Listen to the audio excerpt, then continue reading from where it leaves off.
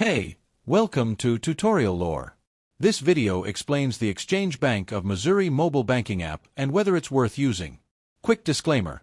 This is an explained review based on user feedback and online data, not personal use or a visual demo. The Exchange Bank of Missouri app is a mobile banking platform designed to help users manage their finances from anywhere.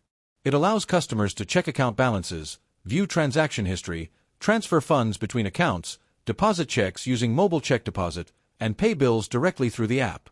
Available on both iOS and Android, the app supports secure login methods including Touch ID or face recognition where compatible. The app's main feature is its mobile account dashboard. You can instantly view balances, monitor recent activity, move money between accounts, and complete payments without visiting a branch. It also provides alerts for account activity and supports card management features like turning your card on or off. If you found this video helpful so far, drop a like. Let's talk about how it performs in actual use. Many users appreciate its reliable mobile deposit, clean interface, and straightforward navigation. The convenience of handling basic banking tasks in-app, such as transfers and balance checks, makes it a valuable tool for frequent users or those on the go. However, there are some drawbacks.